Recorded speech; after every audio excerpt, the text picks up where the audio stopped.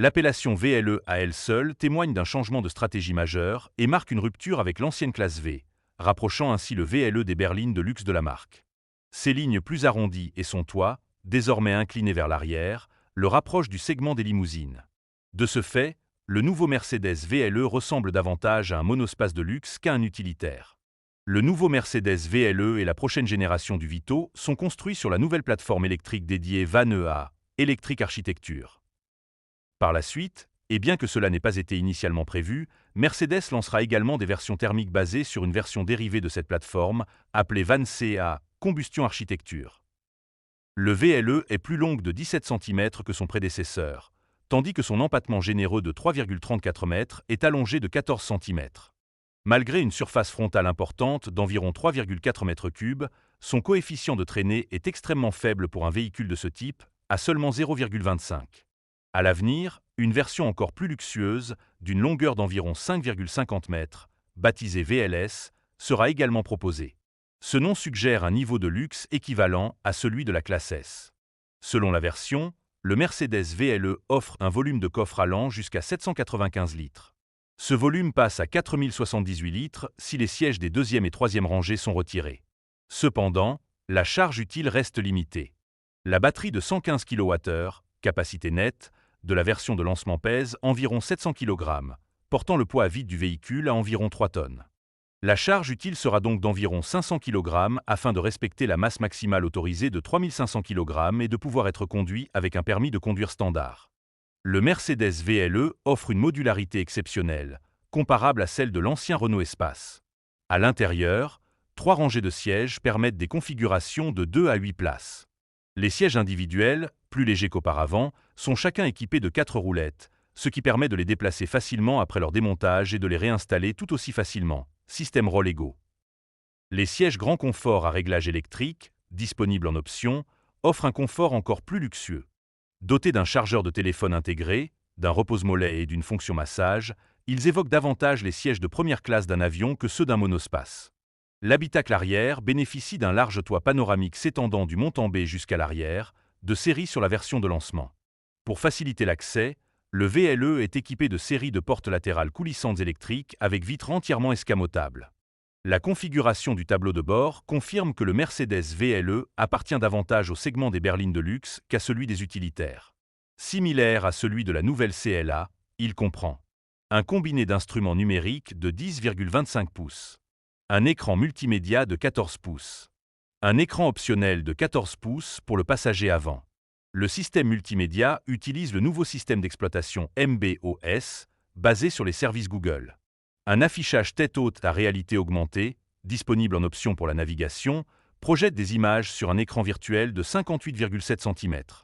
À l'arrière, Mercedes s'est inspiré de la BMW série 7 en proposant, en option, un écran panoramique 8K de 31,3 pouces escamotable depuis le plafond.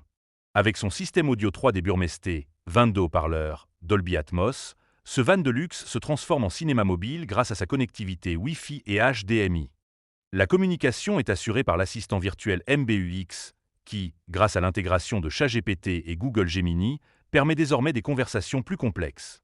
Pour les réunions professionnelles en déplacement, l'écran et la webcam sont accessibles via l'application Teams. Suspension pneumatique et roues arrière directrices.